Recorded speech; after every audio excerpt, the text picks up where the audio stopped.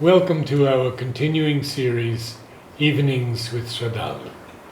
And today we have a very special session for you on his travels to Varanasi and other sacred places. Namaste. It must have been an extraordinary trip. It was. From a spiritual pilgrimage perspective, I went to 3 of the most holy spots or temples, which are called Jyotirlingam, which is literally a pillar of fire. And there are 12 such pillars of fire representing Shiva. And of these, I was within a week to 3 of these places. And it just happened to have worked out like that.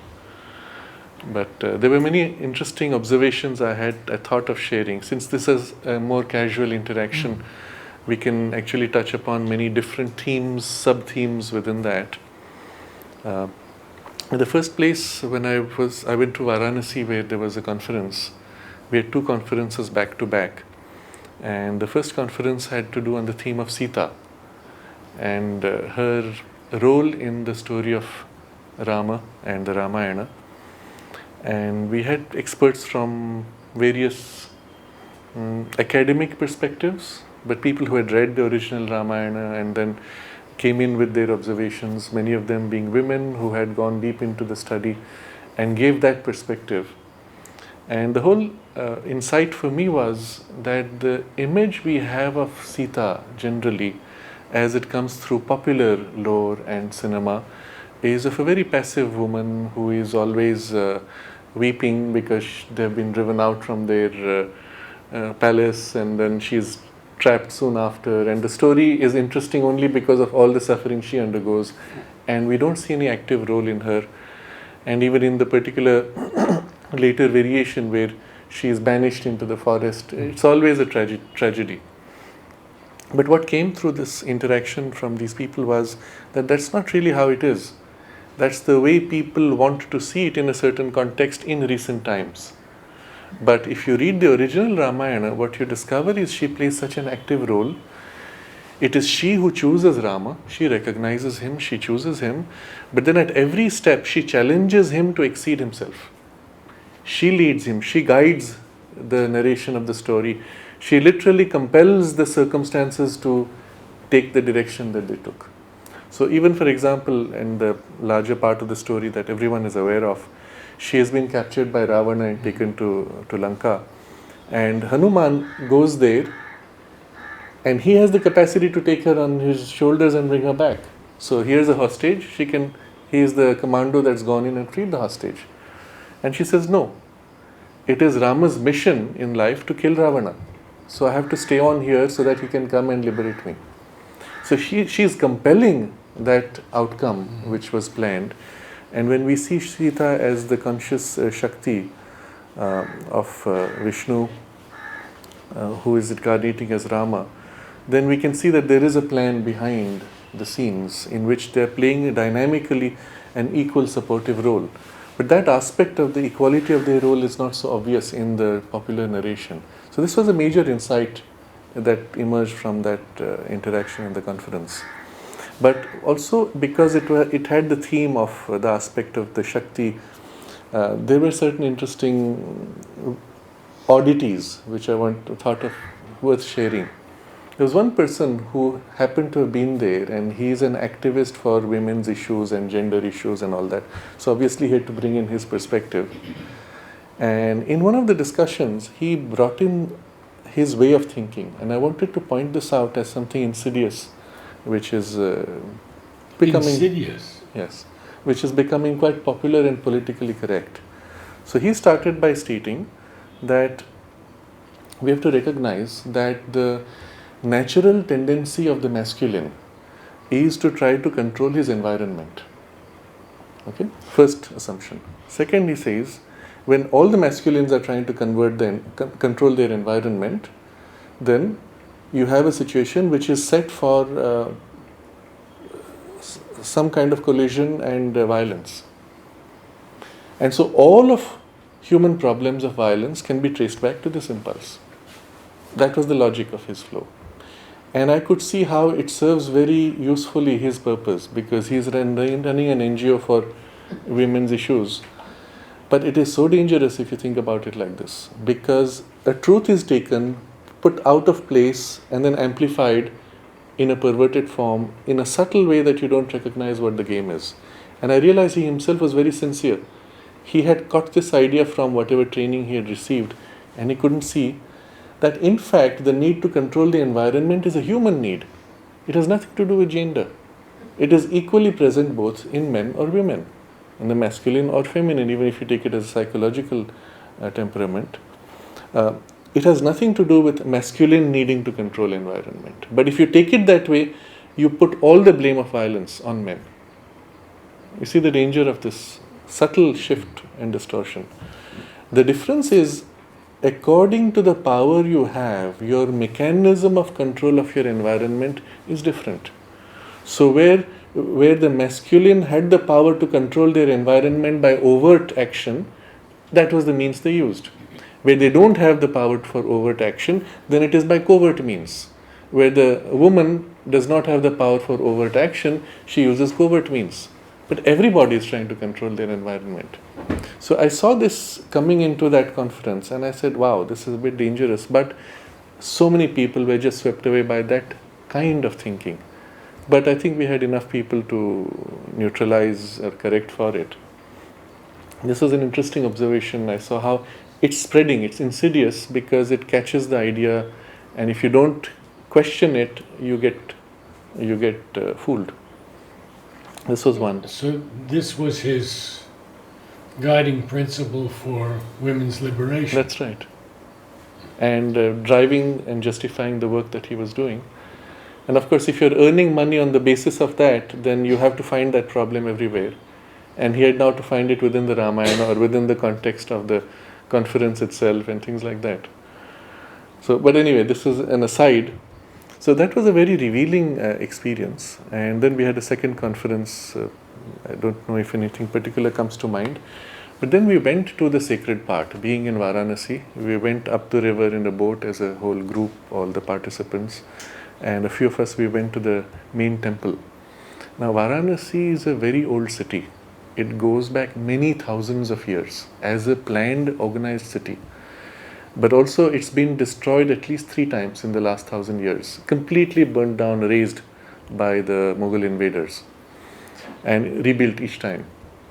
So it's a city with extraordinary history. Every street corner and every little road, there are lots of zigzag roads and sides and serpentine routes, very narrow, barely one person can go through sometimes.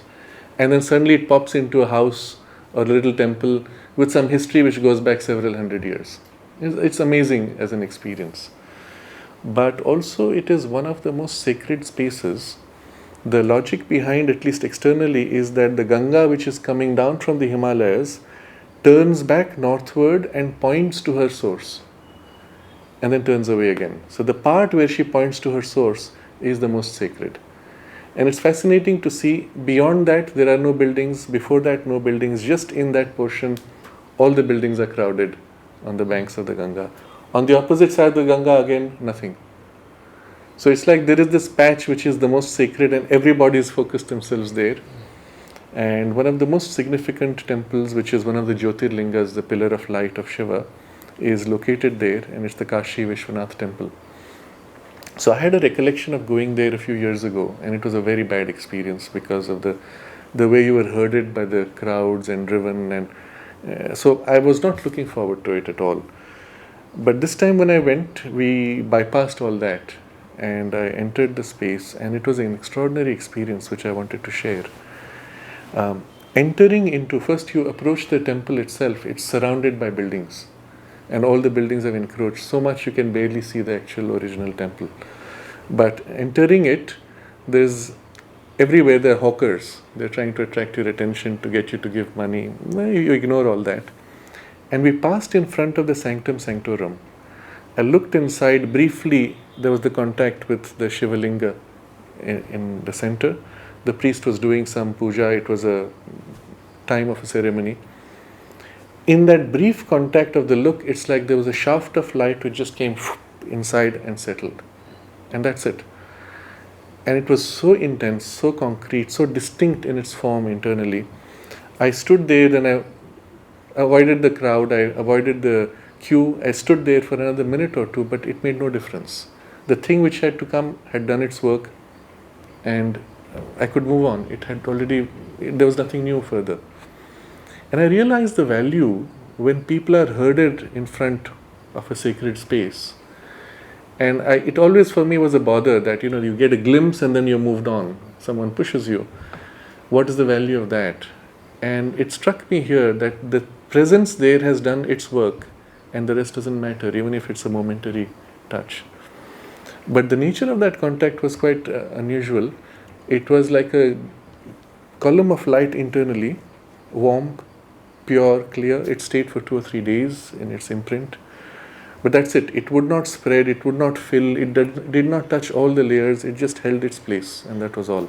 Which is very different from the kind of presence we have here, what we are used to in the Matri Mandir or near the Samadhi, where it fills your whole being, touches all the layers of your being, and it has a pervasive influence in your whole consciousness. This had a very specific, narrow object. And it struck me that this is the benefit of the temple system, where there's an occult ritual associated with the temple's purity and invocation of the presence of the deity. Because it's done by the occult means, it has a very focused and limited outcome, but effective, extremely effective. Although everybody there was busy doing their own thing, hawking, shouting, talking, it didn't matter for the presence, it could do its work. And that was an amazing thing, I thought. Did any others have that experience? Yes, there were several people with me. One of them, incidentally, was somebody from the Middle East. She has no experience of any of these traditions. She's grown up in a different culture, in a different religion, and it was her first experience of something like this. And she stood there, she had exactly the same experience. It was amazing.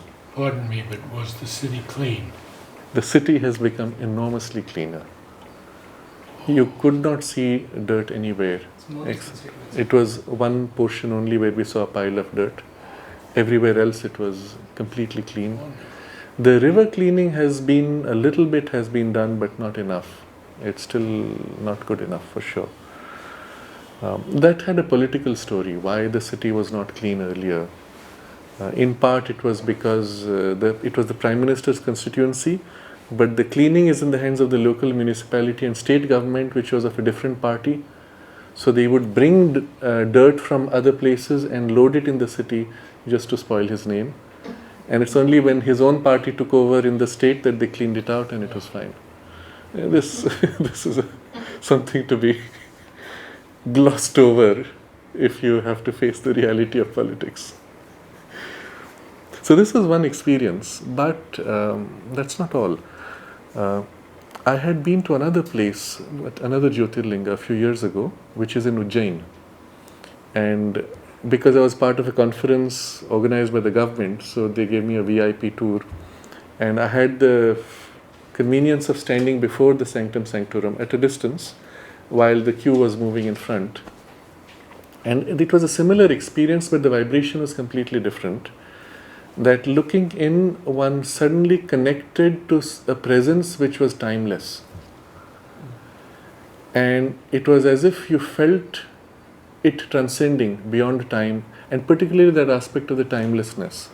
And only later I realized that particular embodiment of the pillar of light, it's called Mahakal, which is the great aspect of time of Shiva. And so these are such concrete, objective experiences that one has to recognize the value of these spaces in spite of all the clutter and chaos in front.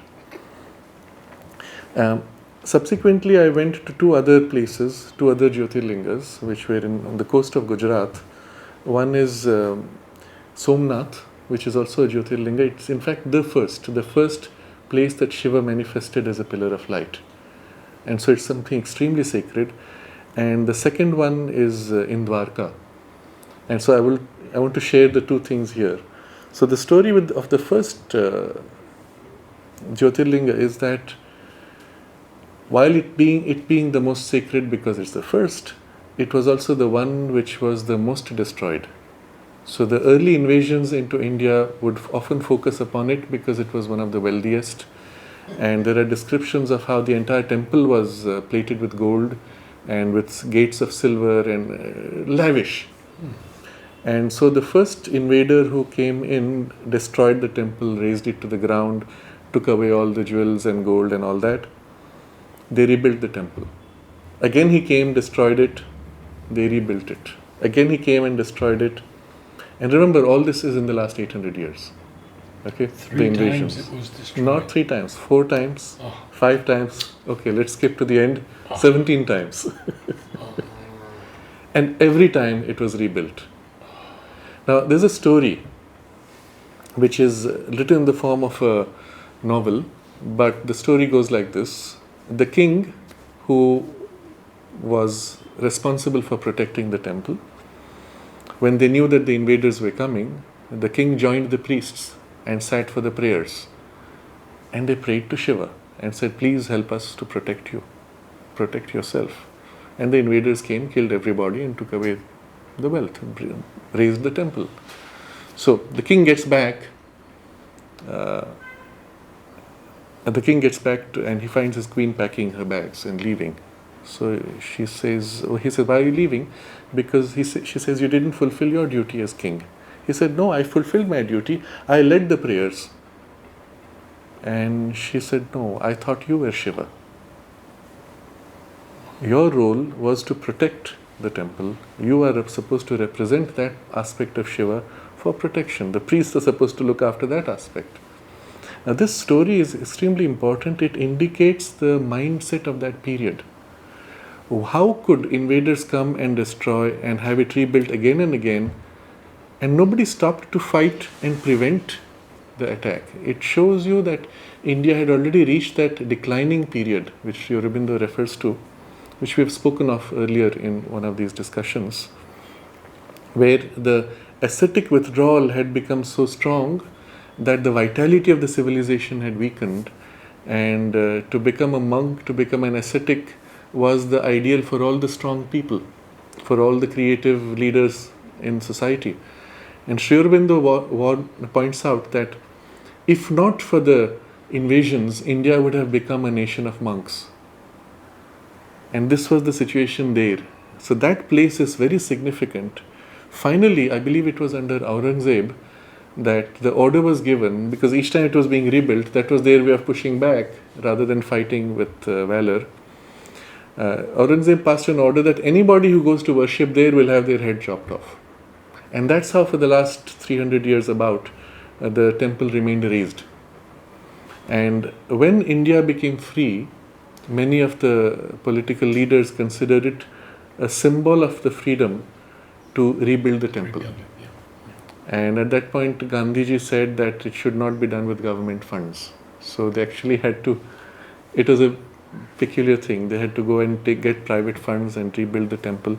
So what you have today is the new temple. It is not the original Jyotirlinga, which was broken and it was taken elsewhere, put under the steps of a mosque so that people would trample over it, and all that is part of the initial stories.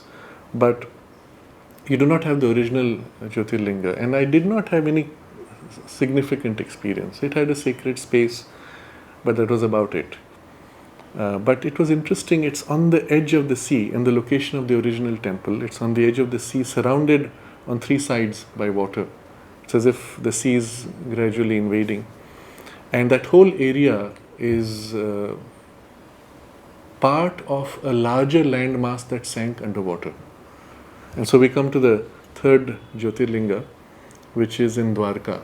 And in the Mahabharata, that is 5,000 years ago, we have the incident where, having completed his work, Sri Krishna is about to withdraw, and the scene is described where the entire island nation that he ruled over goes underwater overnight, killing everybody.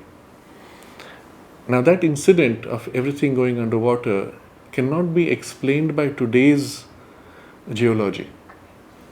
Nor, for example, the sinking of Atlantis. If you accept that Atlantis existed and that it went underwater, as is the story. We do not have currently in our geological models any explanations of how landmass can suddenly sink down many dozens of meters in an overnight move, or as in the case of Atlantis, perhaps several kilometers in a single overnight collapse. So it just shows that our geological knowledge today is poor.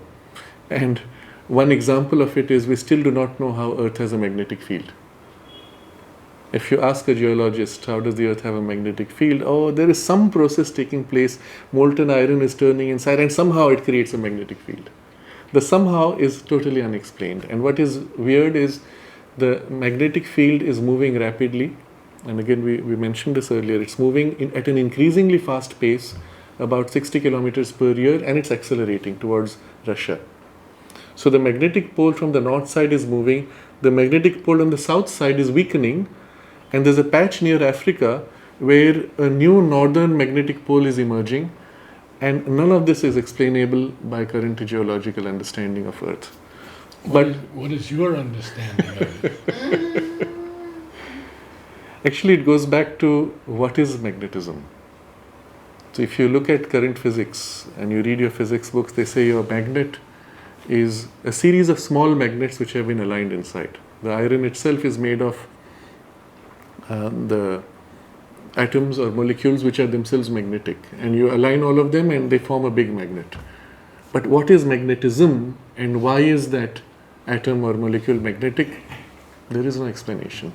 So current physics fails to explain something so basic, and yet it's busy speculating about things which you have created as a superstructure. But to get back to your question, the magnetism as electric fields, as gravitational fields, are all boiling down to a principle of functioning which involves what today's language in physics would be the term ether. An underlying substratum substance which is fluid, which can move, and which is the basis, the medium for light and electromagnetic vibrations, and it is the basis for most of these phenomena of forces and fields. But of this perhaps we can have a more detailed discussion later. What Einstein did was he removed the ether from physics. Yeah, I saw his letter to Amal, in which he said he didn't believe in ether. Yes, but removing the ether was the biggest mistake of physics because it removed the unifying principle. And subsequently, for the last more than 100 years, physics is busy trying to find the unified field theory on the assumption that the unifying principle does not exist. So you cannot, of course, unify things. Sri Aurobindo wrote so this was in 1905, where Einstein proposed that let's assume the ether doesn't exist. It's an assumption, it is not a proof. Sri Aurobindo writes in 1916 in The Life Divine, ether can and does exist, even if to our present instruments it's not detectable. So that assertion is very clear, and there are other writings of his where he points to the principle of the ether and its role in these processes. So anyway, coming back to the geology, it was just a diversion to explain that we do not really understand what's happening inside the earth. Our current models are too superficial, and this fact that land can suddenly sink in is in fact one of the processes by which earth regenerates herself. So there are land masses which can suddenly rise up, land masses which can suddenly go down, and the process internally is not fully understood.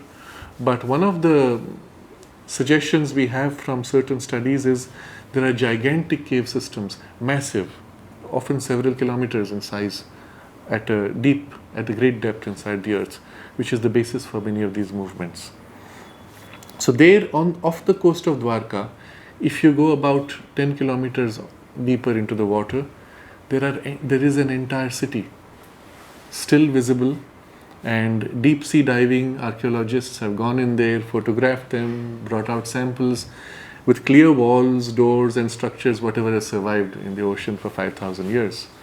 So the Mahabharata itself dates to about 3100 BC, and it's the end of the Mahabharata where you see this land sinking. And so here is a temple which is again on the edge of the sea, which is supposed to be the palace, the location of the original palace of Sri Krishna, which was not on the island. So on the island is his home, and then there is a palace and administrative center which is not on the island. So supposedly it is on that location that his great grandson built this temple. And it was quite an amazing thing to see. It is so beautiful. The temple is so beautiful, and the stone used in it is so worn out. I have not seen a temple which has more worn out stone. It could be the stone is somewhat soft, but still it's so worn out that you realize it is so ancient. There have been archaeological diggings around it which have dated it to at least 2000 years old, but probably going back much more. If it is actually built by the great grandson, then it goes back to 5000 years nearly. So that was one exceptional place, and the presence there was so extraordinary. So again we had the big drama. It was people throwing colors and very crowded. And so we just sat there. I was with some people we were all meditating. We sat in a corner. Now the thing I wanted to share here was this whole issue. Why can't Indian temples be quiet? Why can't they be peaceful? Why so much crowd, pushing, pulling, shouting, screaming? And it's something which triggered a thought process, and I wanted to share what conclusions I came to. So it was earlier the same thing in Varanasi, at the temple there. Somnath, there were very few people, so there was not much pulling and pushing. But here again there was pushing, and other places which also I've been to. So there's one more which I will speak of, which is a Jyotirling, which is the Jyotirling proper, where there was a man right in front of you where you're doing the darshan. There's a man standing there shouting at the top of his voice and with a stick banging on the metal barrier loudly, so much it hurts your ears, and you're supposed to somehow cut through and connect. So I took it that the fact that so many people still go is because they feel something, they receive something, obviously. Otherwise you won't go. Okay? In spite of all this noise, and I had to make effort to concentrate and cut through all this. And when you're able to do that, the contact is so distinct.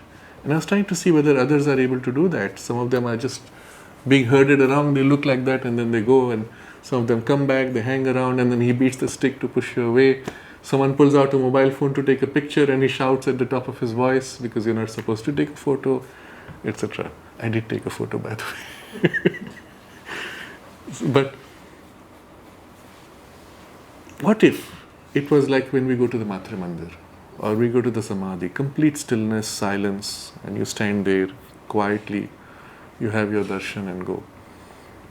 And I thought about it, and it struck me, maybe it is a recent phenomenon, maybe it was not so, but I would doubt that because we have so many ceremonies where there's loud banging of the drums and the trumpets and things like that. So there's something associated which involves large rituals. Some of this you see in Tibetan traditions, which are very similar to the Indian traditions of a few hundred years ago, because they took many of those traditions from India.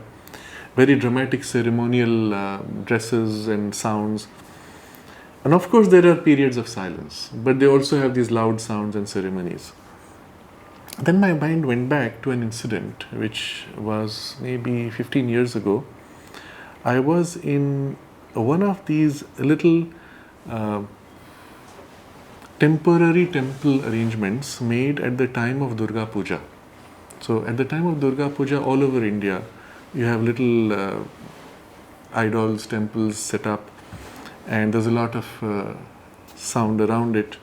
And this was one of, maybe it was a small temple, I don't remember. We went into a small temple, I was with some friends. It was so loud, so noisy. The priest had been brought from Calcutta. So he was one of those who is in the traditional Bengali style celebration of Durga Puja. And he had these big, what do you call these? Cymbals clashing together. And he was dancing in a frenzy. And he was like as if drunk. Okay, not physically drunk, but in some semi-ecstatic state, and dancing crazily, his legs and arms going swinging, clash, clash, clash. And there was all the other music which was going on. And at first I pressed my ears. It was too intense. I thought I'll damage my hearing. This is weird, there's that kind of reaction. And after a while something happened as I tuned into the space, and then I took off my fingers, and there was a sudden click, and I got into that experience where I had the experience of Durga in her delight as she swings not two arms but multiple arms of her weapons, killing the demons. It's a dance, literally a dance of joy as she triumphs in destroying evil and darkness, bringing back the light. And this whole delight of the dance which was going on was captured by this priest's movement and his sounds and the chaotic music, and I could hear the clash of the sword as it struck the instruments of the demons and chopped their heads. It was literally entering that world and that consciousness. And I realized that this is an aspect of spirituality which we miss completely in the silent contact. Now, there is a great value to the silent contact, but I understood the value of this noisy, dramatic, even chaotic kind of contact in that particular context, at least, because it was the celebration of Durga destroying evil. And so I remembered that incident, and then I tried to see what it means here. I came to these two conclusions. First, that in this very noisy space, or when they chant and they sing and they start clapping their hands, which is very disturbing, which Mother never liked, by the way, in many of the temples, it is something of the vital excitement that is coming forward, but it is the way by which the vital is entering in relation with the presence, asking to be purified, to be changed. And it is through that somehow the inertia is being overcome. Is this similar to the dervishes? Not quite. The dervishes, they spin around, but they don't make so much noise. It's in silence. I see. So I've seen the dervishes do it, and it's complete stillness. I don't know if they have a form where they do it with loud music, but it's not at all this. You didn't have a chance to talk with this man to see if he... The priest? Yeah. No, he was going on. I was told it would go on for hours. Oh. So they get into this state, but I'm not sure whether everybody is conscious of what's happening on that level. But certainly everybody is touched in some way that they go back and want to come again. And it's not just an idea, it's something which they feel. So here what I saw first is the vital which is being put bared to the influence of the spiritual in order to be purified, to be transformed, but also to be activated.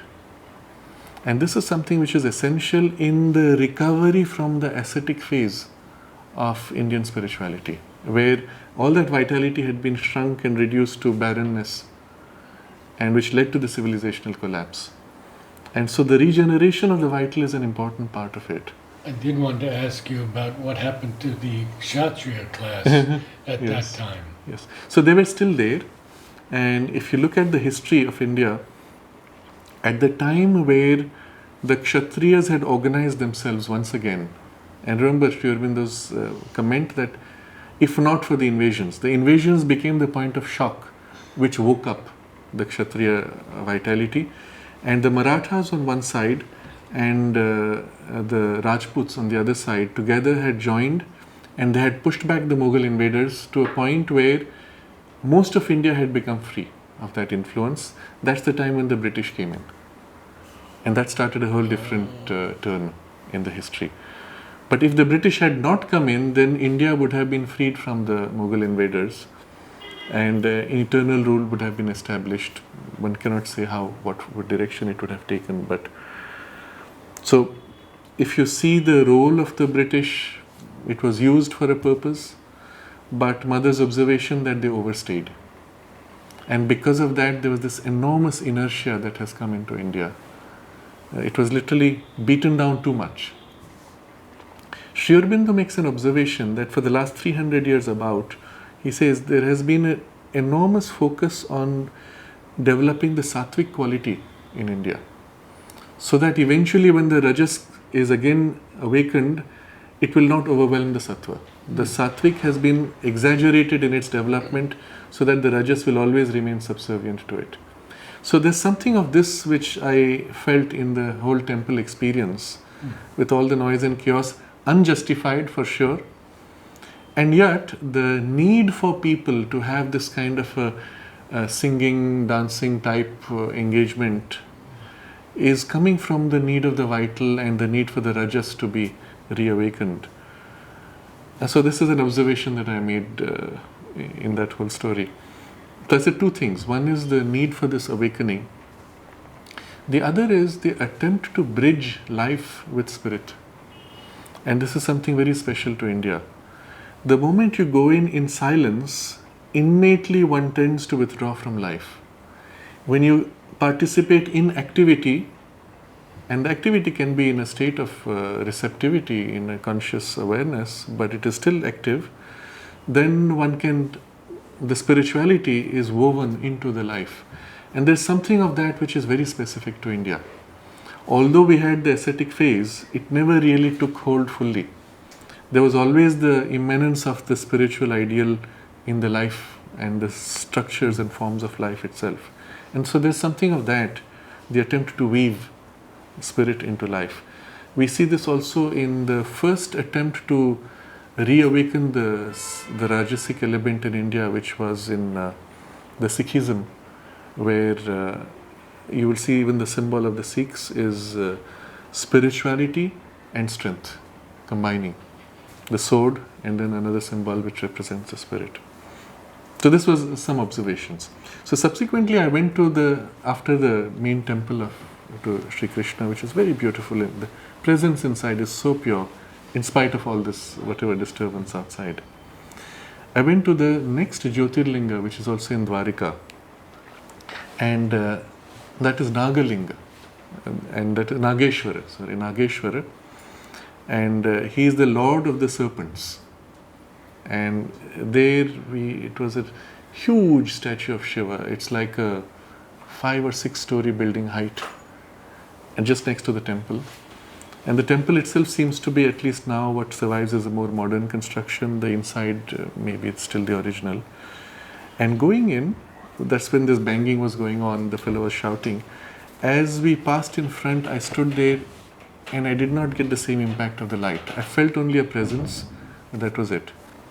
And then having crossed it, I came back to a slightly higher point where we could stand and focus. And then something extraordinary happened. Over a span of about 1 minute, the same kind of light, it penetrated inside, went in and formed a similar image internally. So I learned to value the Jyotirlinga space in a very special way. And while this banging was going on, shouting, but they took time for the light to enter, unlike in Varanasi where it just went puff and that was it, it was done. Yeah, and it didn't spread also. No, it didn't spread also. It took a very clear, distinct form. It was exactly similar in vibration, but that was it. It is said that Varanasi is one of the spots where you can feel the presence of the spirit most easily. So I asked several people for whom it was a first visit to Varanasi. While we were on the boat, I asked them, what do you feel? And I've heard now from so many people independently, in their first visit, they said, yes, being here somehow one can feel the presence and one connects to the sense of the spiritual more easily than elsewhere. And one of them particularly shared this incident. As he was going up the boat, at one point he suddenly felt this intense presence, and that is the ghat which is called Manikarnika Ghat. And later he came to know that Adi Shankaracharya, who had gone there, he declared that that was one of the most powerful spots spiritually. And that experience people have even today, and in a very objective way. So coming out from this temple of Sri Krishna, we went to the temple dedicated to his wife, where she was said to have stayed for a few years when she was separated from him because of a curse. And the story goes that Durvasa Rishi, was one of those who is he's the only rishi who has a great temper. And he was invited by Krishna and Rukmini for their wedding. Krishna had just taken Rukmini and they were about to be married, and Durvasa said, all right, I will come. And they have the horses which are taking him in a chariot, and he says, I'm feeling pity for these horses. They're suffering so much. Please release them and both of you take the chariot and pull it. So this is a famous story of Krishna and Rukmini are pulling the chariot and he's sitting there. And after a while, Rukmini has never struggled so much, so she says, I'm thirsty, I need water. And Krishna hits the ground with his toe and out shoots a jet of Ganga water, and she drinks from that. And Durvasa says, how dare you drink without giving me? You invited me as a guest and you drank before giving it to me. So he curses them that this whole place will remain always, you will never get fresh water or food growing here. It will always remain barren and having only salt water. And that curse is narrated to this day. They say that entire region is salty. Anywhere you dig, you get only salt water and nothing grows. No food grows. They have to bring everything from outside.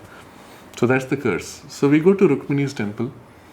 Again, it was a nice, sweet presence, but I cannot say anything more than that. But coming out from there, we were sitting and meditating, just connecting to the space and the presence. And then somebody came, something like a mendicant monk. He came and said, can I take a picture with you? So I said, okay, we took a picture. And then he introduced himself. He said, I'm an Aghori. Now, Aghori is a particular lineage of tantrics who follow the left-hand path. And they live on the cremation ground and do all kinds of weird things. And in the movies, that is how they project tantrics generally, although that's not what tantra is, we have discussed before. But Aghoris are that extreme type. But he was looking nice, a sweet fellow, young man. He said, I'm Aghori, I'm coming from Ujjain. You had told me something of this man previously? Only he took when you we someplace else also? No. No. No, I mentioned it briefly when we met 2 days ago. So then he introduces himself and then shows his picture. Now this is a portfolio. This is the part which is fascinating. He has a portfolio of his photographs with all the big names. So he's even got a photo with the Prime Minister and then some other big politicians. He shows it to me. What's he trying to do there? He's trying to impress upon me his importance. Okay, I said, great. And then he says, look at my beard. And then he shows his hand is clear, and then he wipes his beard and he materializes a Rudraksha. This is the seed which is favorite of Shiva. Yeah. And he gives it to me. So it's supposed to impress me. So I said, oh yeah, thank you. That's all. And he said, money? Please commit to giving money. And he said, we give a lot of food for free, so please commit to paying for a box of ghee. So I said, okay, but I'm not carrying any money. Thank you. Wonderful work. I said, bye. But he was sweet and I liked the guy. He was kind of cute and he was desperate to try to impress. So he left. And then afterwards I see him get into a very fancy car. And inside the car there's another guy. So this fellow sits in front and the fellow behind is bigger, bulkier. And it looks like his boss, his guru or head of his community. And then they come out and wave to me, calling me. So I went, okay. I said, okay, let me see what's this about. And so the fellow at the back doesn't get out of the car. He rolls down the window. And the same drama starts. He pulls out his portfolio, shows me photographs with XYZ politicians, famous people. And then he said, look at my beard. And then he swiped and produced a flower, okay, which he gives to me. And then he saw that I was not impressed. So he again swiped and pulled out another Rudraksha, gave that. And then he still couldn't get the response that he wanted. So now he says, okay, watch carefully. And he shows his beard. And then he squeezes his beard and lots of water gushes out. So he materialized water. At which point he grabs my hand and says, okay, now repeat after me. And he wouldn't let go. So I said, okay, this is going to be a tough one. So as long as it was a prayer, I repeated a few words. And then he said, now promise that you will. And I said, hey, hang on. I need to know what I'm going to promise. I'm not going to promise just anything. So he says, okay, you see, the same story. We distribute food, so you must promise to pay for a box of ghee. So at that point, I got the idea. He wanted money. So I said, hang on. I pulled out whatever was in my pocket. I gave it to him. Get me another note, he says. He won't let go of my hand. I emptied my whole pocket and showed I had nothing left. So finally, he let go. And that was the end of that. But I thought it interesting to share because of all the people who visited that temple, they latched on to me. So possibly they thought that I was better dressed, so perhaps more wealthy, they could get more money, and I don't know what the interest was, but and the whole exercise of materialization, it was so pitiful. The guy was so desperate to try to impress all to get money. So when I shared the story with my mother, she said that, why did you give the money? I said, I felt pity for him. Imagine how much time he has spent to gain these powers. And to what end? To impress people to get money. I am sure they could have found other ways. So the guy introducing himself after showing his portfolio, he said, I am Aghori. And looks at me like that. And I was supposed to be scared. And I wasn't. Then he says, I live in the cremation ground. So I said, okay, interesting. No. Then he says, I eat the flesh of dead people. And he said it in such a cute way, I laughed. So, that was the joke. But I thought it an interesting occasion to share what happens when they do these materializations. Mostly the mechanism used is not even in their control. What they have done is entered into a pact with a being from the lower vital world. And the being does the materialization, and the person who's in the pact has actually no control over what comes, or depending on the nature of the relationship, they can do nothing except feed the being what it wants, and the being does for them what it chooses. Who has the control? Think about it. You give up your life's control in the hands of a being in order to be able to demonstrate a power which is never yours. But to fulfill that capacity to demonstrate, you have to submit to the being's demands, which can be anything. And so depending on how desperate you are to gain that power, you are giving away your freedom and even your spiritual potential in something which is a complete sidetrack. So on other occasions, I have met people who have done similar materializations. And in each of these cases, what I have seen is when holding the object, whatever he materialized, it was clear it was not a materialized object. It was teleported. So the mechanism they use is the actual object was already stored somewhere, either in his bag or somewhere in the room, depending on where the person is. And the being is dematerializing from there, bringing it into the hand at the point of giving. And that's all that happens. So the object is not a materialized object. You didn't touch it. Who? Did you touch it? Yeah, he gave it to me. He gave it to you. Yeah, I brought it with me here.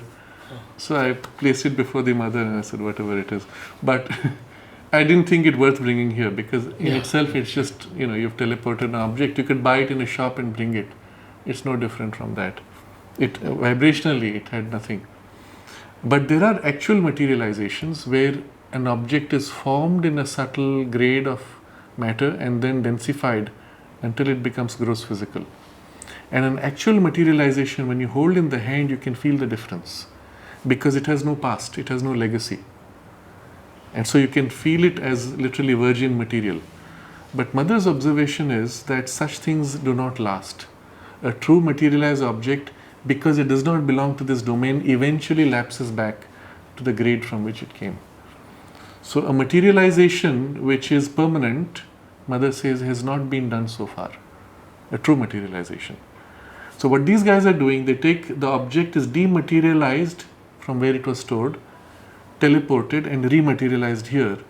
So it's not an actual materialized object, it's just the same object which has been brought, and it has a past history. You can feel that when you hold that it's not, it is part of some normal thing you would buy from the shop. And that was the experience I had in whatever he brought. So I wanted to share this insight. People get impressed with these terms and with these demonstrations, but once you understand the rationale behind it, you have pity for the man. because now he has literally enslaved himself to a being of a very low grade. And what does a lower vital being want? It certainly does not want your spiritual progress. It does not want to help you to grow in any way. It wants to control you to do what it wants to do in the world, and often mischievous things.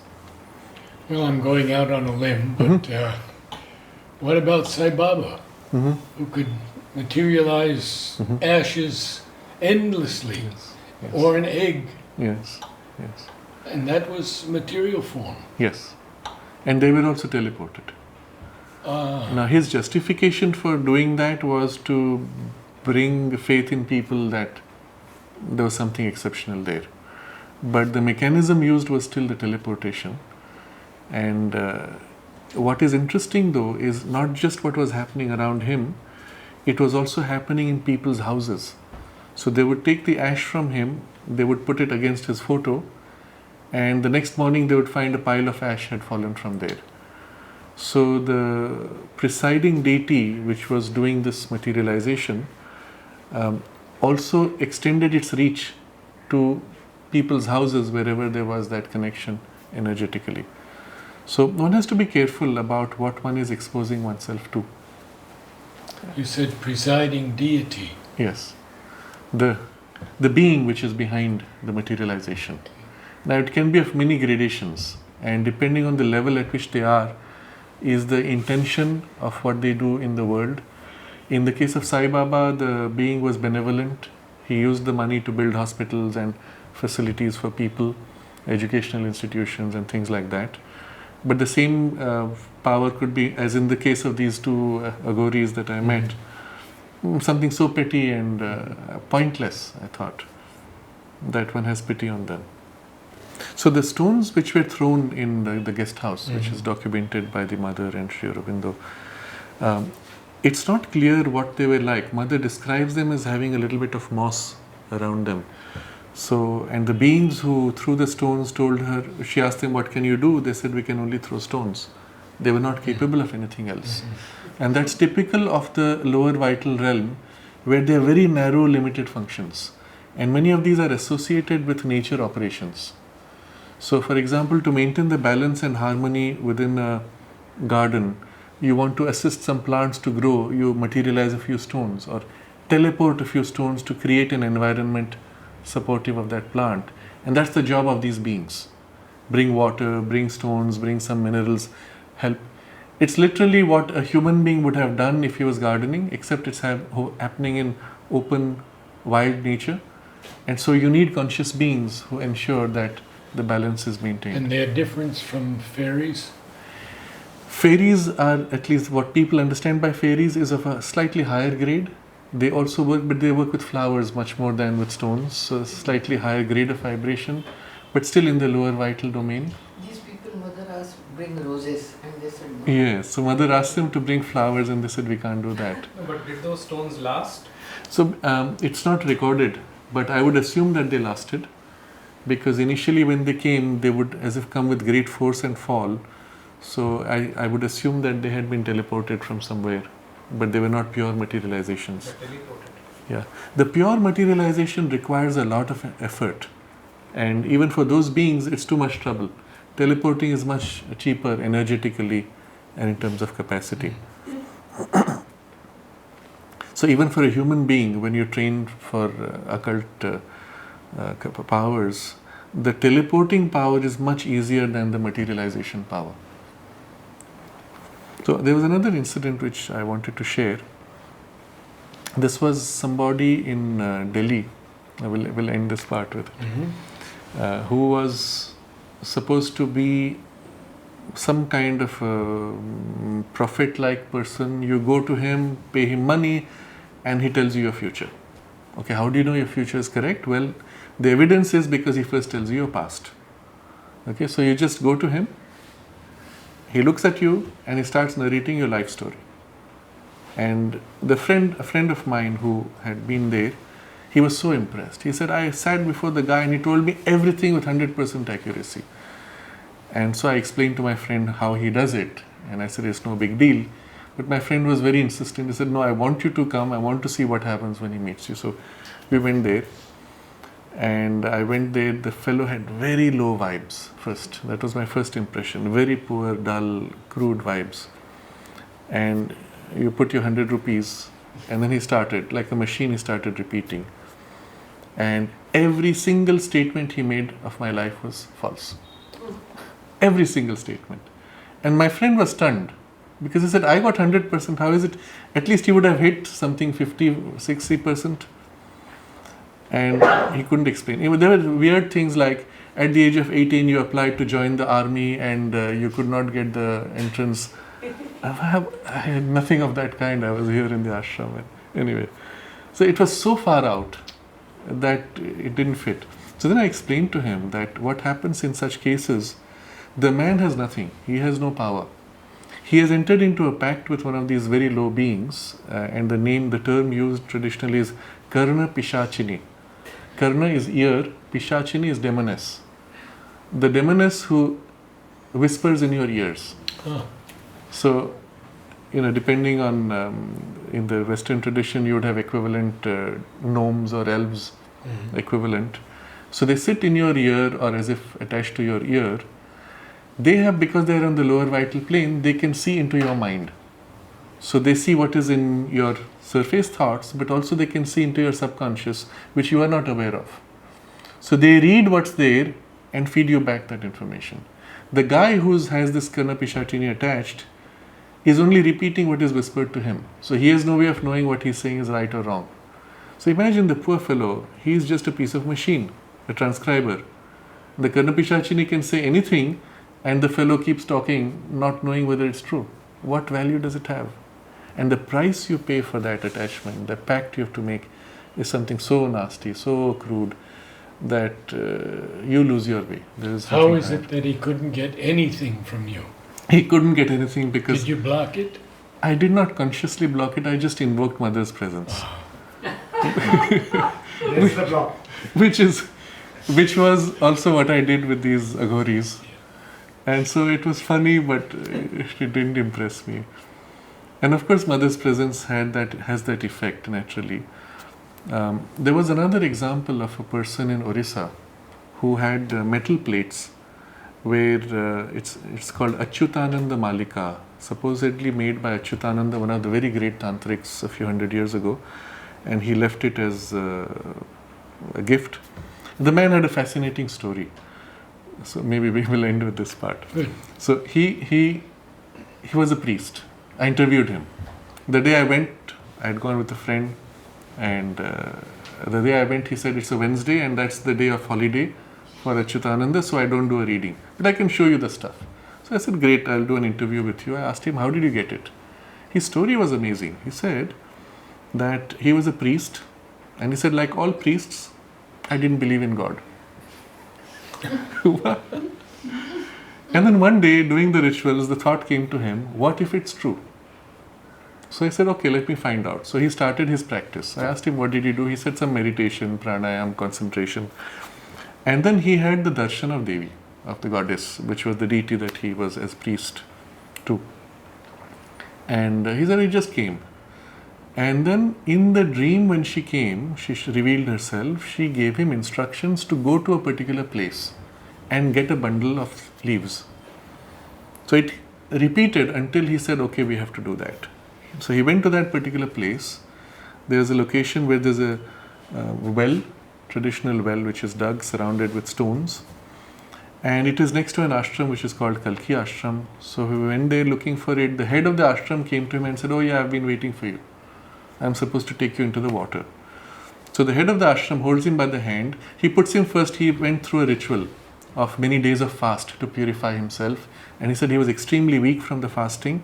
That's when the head of the ashram took him into the water. And they stood in the water, then the head pushed him into the water. Now, I met people who were actually in that place who saw it happen, and they confirmed that he was pushed into the water and then they didn't see him anymore. And this guy says when he was pushed into the water, he found himself passing through the wall into a tunnel. I said, how did you get into the tunnel? He said, I don't know, I was just found myself there. And he walked a long time. He said it was dark and there were tree roots poking. And then he came to a room which was full of palm leaf bundles. And in the dream, he had been shown a particular one. So he took that, and he said, I picked it up, and then I found myself thrown out of the water. I said, how did you get back? You walked a long way, how did you get back? He said, I don't know. I just picked it up and I found myself thrown out of the water. So this also I confirmed going to that ashram, people who were there. The original guy who had pushed him in had died, but there were others who said, yes, we saw it happen. So they saw him being pushed into water, and after a long time he bounces out with this bundle. And then his story continues. He says, I left it in the temple. I didn't know what is this crazy stuff. I opened it. It had some weird writing. I put it away. And then after some months, he said, a sadhu came from Kanpur and told him, you have a bundle in your temple. I will show you how to use it. So I said, how did the sadhu know? He says, I don't know. He just came and he taught me, and he went away. So he showed him how to use the bundle, and since then he is doing this ritual. So what does he do? You go to him and you ask, or you go with 3 questions in your mind, and you just sit there. You don't do anything particular. He will show you that there are metal leaves, some in silver color, some in golden color. He'll show you they are blank. He closes them, and then he does a ritual, and then he opens the leaves, and there's a writing which has materialized on it, etched in the metal. Okay, it's quite amazing. So I had gone while I was driving with my friend. Those were the answers to what you had in your mind? So I had gone with my friend, and of the 3 questions I had in mind, one of the questions I thought was, when will India and Pakistan reunite? Okay? So I thought, important for me, but it was a question. And so when he is showing this thing to me, he explains all this. He says, today is Wednesday, so I will not give you any proper reading, but I can show you how it works. So he does the thing, he shows me it's blank, closes it, and then he snaps it open. And at that point, I can see India and Pakistan written etched in the metal. It's amazing. So his first 2 questions, I don't think he got, or it was very vague the way he read it out. But he did not give an answer. So, but here was a miracle that etched inside metal. It's as if someone has with great force cut into it, and in human handwriting. It's not like print. India and Pakistan, and some other words which we couldn't make out. What was the year? There was no answer. But even the question was not fully formulated. It was just a few words. I have taken photos of it. I still have the photo of that portion. But then he takes his lens and he starts reading from it. Now, in the etching, there were 3 lines only. He is reading an entire paragraph. So I asked him, what are you reading? He said, no, I read what is shown to me, not what is etched. So finally it comes back to that thing.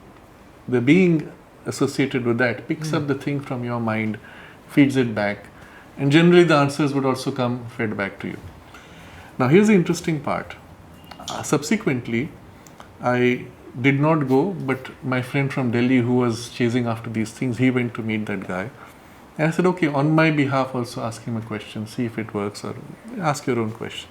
So when that fellow went for a reading, that man who does this, Achyutananda Malika, he remembered me and he said, oh yeah, that fellow, whenever he comes, it does not work.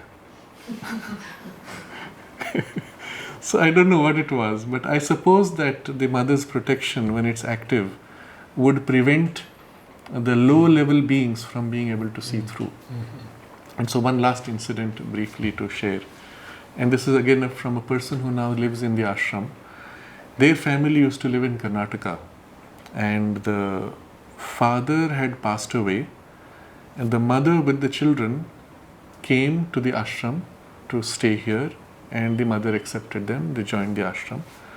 Subsequently, their uncles didn't know where they were because it was in the 60s, there was no easy communication. And so they went to one of these magicians, I'll use the word magician, and asked him, what is their fate, where are they and how is their condition? So the guy does his reading and he says, I can't quite tell you precisely because I see them as if surrounded by a bubble of white light which is protecting them, but they are safe and secure and they are very happy in some heavenly region. But he said, I could not penetrate the bubble because it was surrounded by this white light of protection. So this is what Mother has not only created for us in the sacred space that she has formed in her ashram, but also around each one of us, there is her active protection.